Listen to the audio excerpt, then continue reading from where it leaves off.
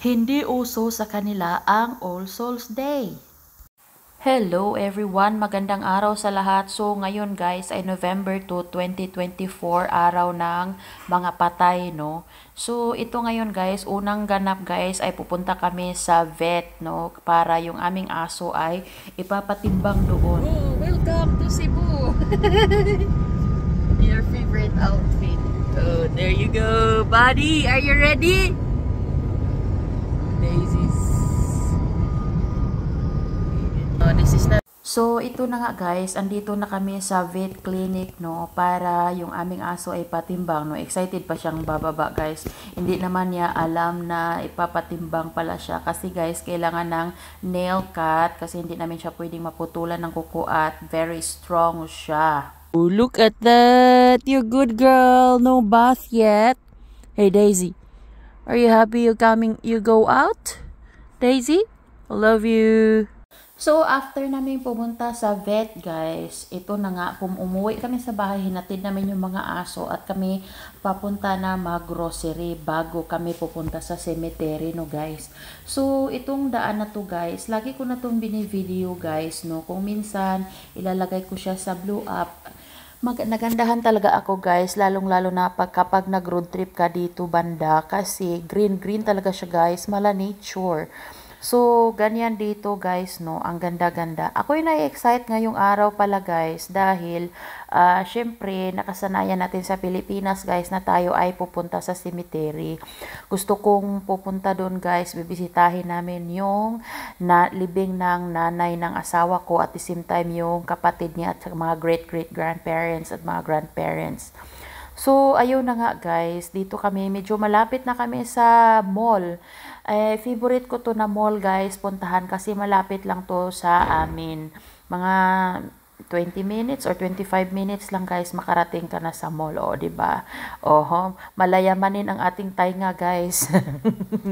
Parang manlilimos lang ang aking shade. So, andito na kami sa mall guys upang mag-grocery muna kami. So, dito pala guys, makikita mo, simoy ng Pasko na talaga siya guys. At kami ni Daddy ay nagkukulitan papunta sa food court. So, dyan sa food court guys, kami palaging pumupunta kapag wala kaming breakfast, no. At ang aming go-to place guys na kainan dito sa food court ay ang walk and roll.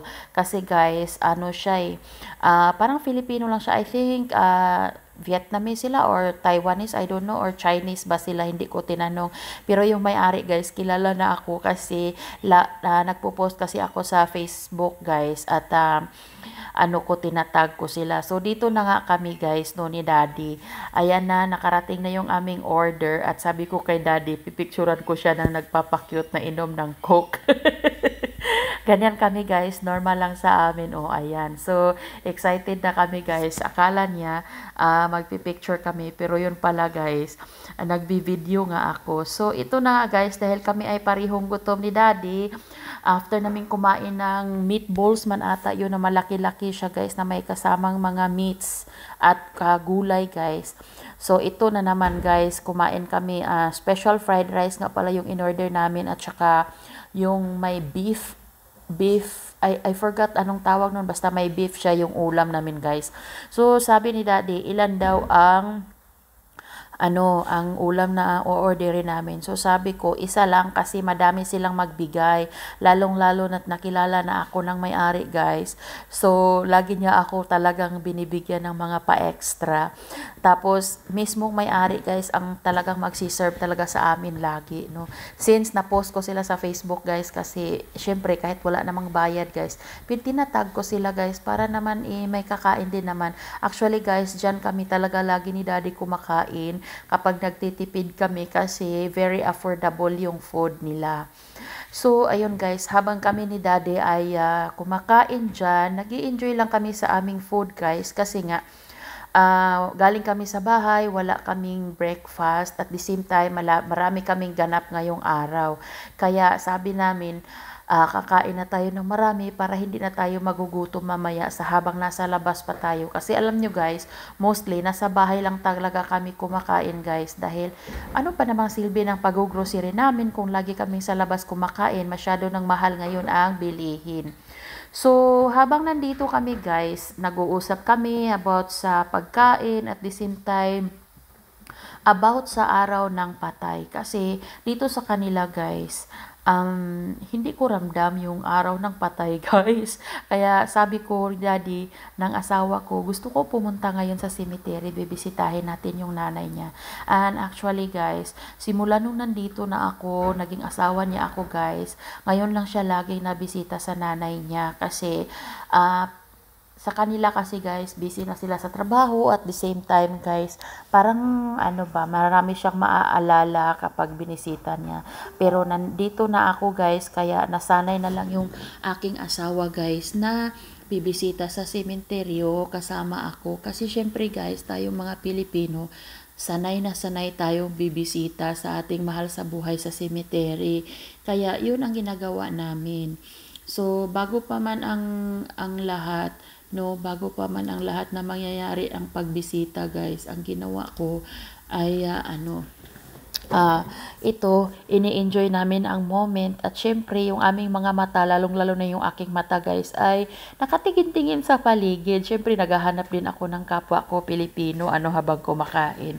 But anyway guys, nakaka-enjoy talaga. Mas lalo akong na-excite kapag weekends o kaya mga Friday guys kasi parating na yung asawa ko galing sa trabaho. Kaya excited ako kasi yun lang time bonding namin guys, no, dalawa. Kasi hindi naman pwedeng magsakripisyo yung aking asawa na hindi magtatrabaho or kaya magtrabaho lang siya dito malapit sa amin kasi hindi naman ganun kalaki ang kikitain. So mas masaya kapag malaki ang kinikita, no, yung may sobra pa. So at ngayon na nga guys, busog na kami kaya napunta na kami dito sa may Woolworths na may binibenta din silang mga orchids, mga bulaklak guys. At hindi alam ni daddy na ako ay pumipili ng mga bulaklak.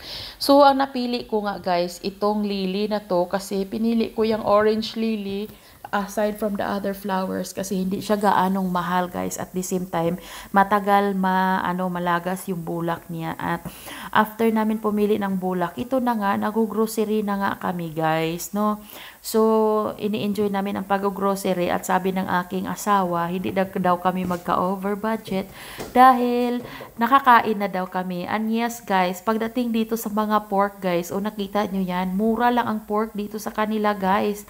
Kaya lagi ako nabili ng pork dito. At yes guys, nakabili talaga ako ng pork dito, tatlong mga, yun, alam mo yung sa tuhod banda guys, kasi gusto ko pwedeng crispy pata or kaya pwedeng humba. So, andito na kami sa pa-cashier guys. Ayan, oo. Proud na proud si daddy, yung asawa ko, na si Buwana ang kanyang asawa. Charo. Yan talaga guys, ang pasalubong ko sa kanya. Galing ako sa bakasyon sa Pilipinas. So, kukunti lang naman ang binili namin guys at hindi naman kami nagka-over budget ng sobra. So, andun lang kami sa tamang budget guys kasi ako talaga guys ay Kore. Alam nyo na, Kore foot. So, ayan siya guys. O, hanggang tamang budget lang tayo. Medyo nag-over kami ng konti guys, pero at least may discount naman kasi may kanang kami ba, parang SM Advantage card. So ngayon guys, tapos na kaming nag-grocery at dito na nga, dinaan ako ni daddy sa lugar na to. Yung parang countryside siya guys. O, kung nakita nyo yan, ang ganda-ganda talaga ng paligid guys. Grabe, nakakatuwa siyang tingnan, as in, super.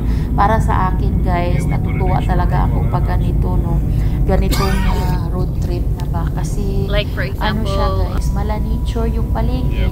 So ayun siya guys, may makikita ka pa rin mga kahoy, no. So may ibang mga kakahuyan dito guys pala sa Australia na hindi masyadong nila pinapatay yung mga kahoy kasi naka-reserve yan siya guys kung saan nandun nakalagay yung mga like mga snake at iba pang mga animals, mga pang animals dito guys, yung mga kangaroo, nandyan din, yung mga animals nila dito, no. So, hindi sila pwedeng gambalain, kaya may kahoy.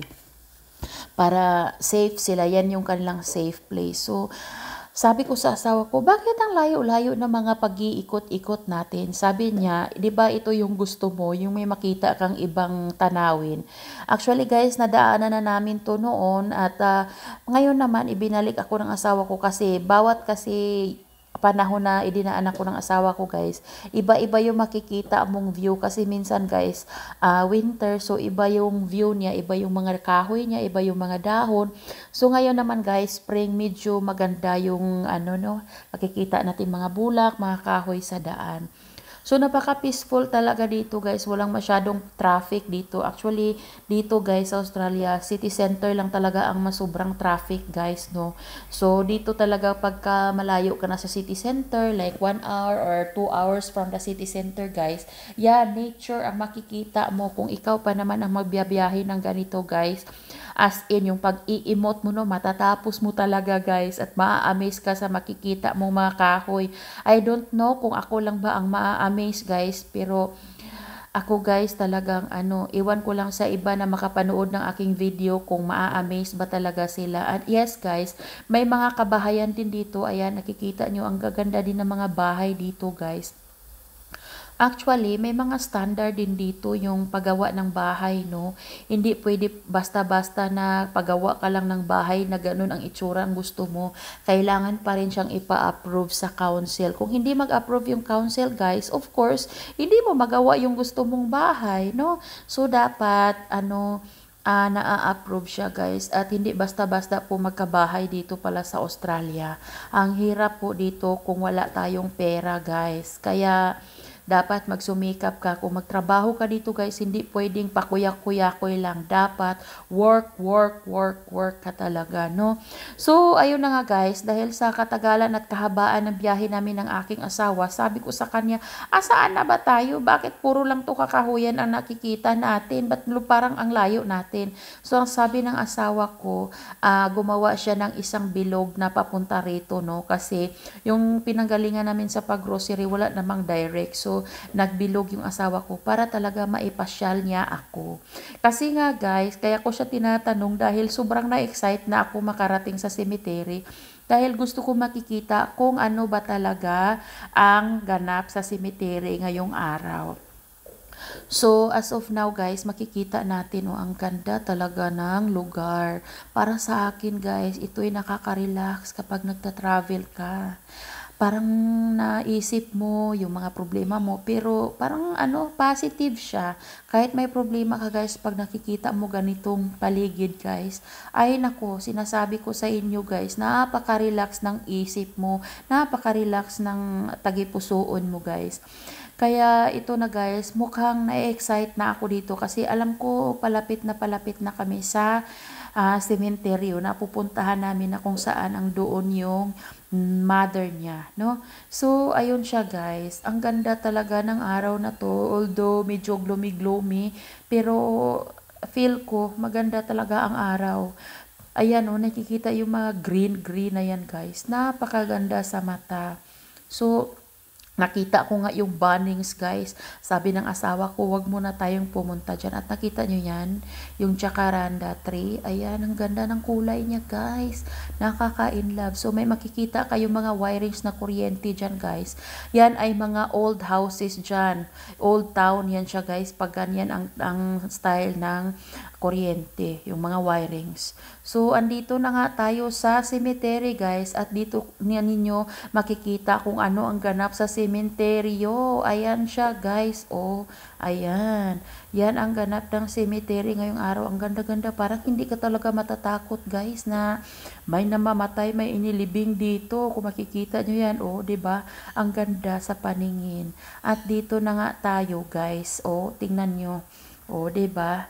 Oh, ayan, hindi uso sa kanila ang All Souls Day. Kung makikita nyo yan guys, wala talagang tao. Oh, kikita nyo yan? Walang tao guys, walang tao dyan. Ayan. Oh, 'di ba? Hindi uso, hindi talaga uso guys. Kung makikita nyo dyan, walang tao dyan. Oh, 'di ba kung sa atin sa Pilipinas kung All Souls Day, madaming tao sa sementeryo. So, ang una ko palang pinakita guys ay new na siya na mga libing at yung pangalawa ay mga old na mga inilibing dyan. So, ito na nga guys, yung aking asawa guys, nagkuha ng tubig sa lalagyan ng bulak. No, kasi may libre ding tubig ito guys, may basurahan, ganyan kalinis, hindi katulad sa atin sa Pilipinas guys na malinis lang ang sementeryo tuwing All Souls Day, no?